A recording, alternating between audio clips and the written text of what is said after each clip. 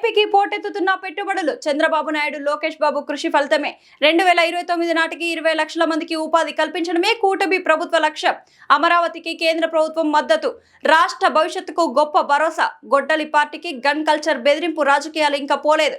మంగళగిరిలోని టీడీపీ కేంద్ర కార్యాలయం వేదికగా జరుగుతున్న తెలుగుదేశం పార్టీ వర్చువల్ మహానాడులో సీనియర్ నాయకులు సర్వేపల్లి శాసనసభ్యులు సోమిరెడ్డి చంద్రమోహన్ రెడ్డి మౌలిక సదుపాయాల రంగాల్లో అసాధారణ పురోగతి అంశంపై తీర్మానం ప్రవేశపెట్టిన సోమిరెడ్డి కామెంట్స్. తెలుగుదేశం పార్టీ నాయకులు, కార్యకర్తలు, అభిమానులు, తెలుగు ప్రజలందరికీ మహానాడు శుభాకాంక్షలు. ఈ మహానాడు వేదికపై నుంచి పాత రోజులు గుర్తొస్తున్నాయి.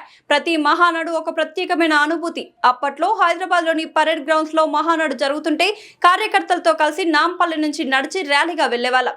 తీగల కృష్ణారెడ్డి గుర్రపు స్వారీతో ప్రత్యేక ఆకర్షణగా నిలిచేవారు.